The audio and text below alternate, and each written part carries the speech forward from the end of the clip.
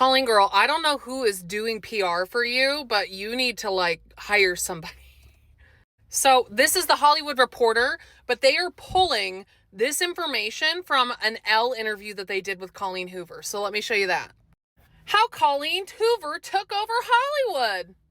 Now, let's just jump to the spicy bits we want to know about. First, she says that there's invasiveness to fame. So she said 2 teen girls once filmed a TikTok in her driveway, and her car was followed by a man in a pickup truck. I remember seeing that on Facebook. Yeah, I'm still on Facebook sometimes. You know, you gotta sleuth. The wild rumors earlier this year that she posted a silly video making ice cubes out of her beloved Diet Pepsi, and people said she went crazy and or on drugs. You mean this video? It worked and it was delicious. So, kiss my butt, fart knockers. She continues to say, now, I can't even remember the last time I went on TikTok. People can make a living off making negative videos that get a lot of views, and it's changed the whole landscape, Hoover says.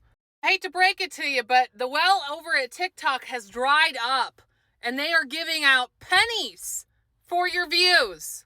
I'm not making a living off of that. That'll maybe get my family some groceries in a week. That ain't a living.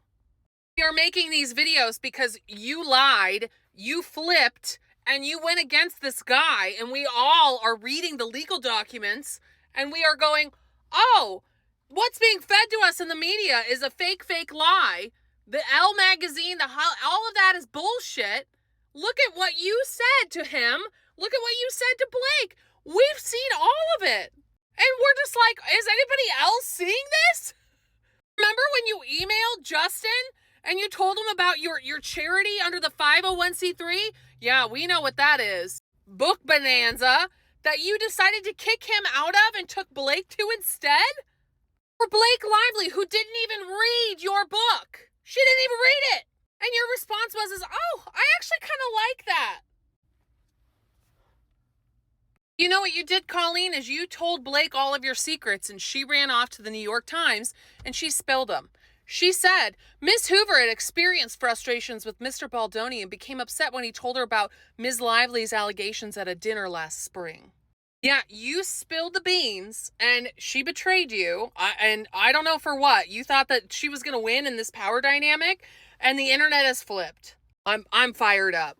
In 2019, they began writing a script for It Ends With Us. It was my most popular book, but it's a story that meant the most to me, Hoover explains. And I knew it meant the most to readers, so naturally it's the one I wanted to hopefully give them on screen. That same year, Justin Baldoni's production company, Wayfarer, reached out to buy the rights to the book, and the pair scrapped their version. Scrapped their version. What an interesting right. Around that same time, she also sold the rights to Regretting You, Verity. But this is a key piece. Look at this. Parentheses. When she sold the rights to those books, she didn't understand her contract or that she would never get them back. That's 100% completely my fault. But after that, I decided not to sell anymore. Oh, girl, you are. She started her own production company, didn't she? Because she wanted the piece of the pie, right? I remember that from early on. She sold the rights to It Starts With Us, too. This is fucking firing me up. She was on the set for a few days of filming for the It Ends With Us and has a brief cameo, too, but otherwise she says she was completely unaware of anything that was happening. Despite mixed reviews, the movie was a smash hit. But soon, Lively and Baldoni's relationship blew up into lawsuits and countersuits. Trial for Lively's suit against Baldoni is scheduled to begin in March, while Baldoni's $400 million was thrown out. On November 13th, Baldoni filed a motion for summary judgment asking for Lively's lawsuit against him to also be thrown out. She says it's unfortunate, disappointing. It feels like a circus, says Hoover, who, when we spoke, was preparing to give a deposition in a few weeks. When there are real people involved with real feelings and emotions, this actually truly has impacted some of the actors' careers in a huge ways. And I just find it all around sad. She's leery of braving more life into the controversy and chooses her words carefully. I'm just trying to stay removed from the negativity. I have my own story I could tell, but I don't want to bring attention to it, and I don't want to have to put someone else down to lift myself up. So I'd rather just ignore it and let people think and say what they're going to say. I feel like it's so big at this point that there's nothing anyone can say to change whatever opinion people have of it, even though no one has the actual truth, not even me. Oh, Colleen, I'll tell you what, this is not going to help you in any way. The book was inspired by her mom, and now it gives us PTSD to think about it. I feel awful because I feel like she's gone through more with the aftermath of this film, more pain than she went through with my dad, just seeing the ugliness of it. It's tainted how Hoover feels about her most personal novel.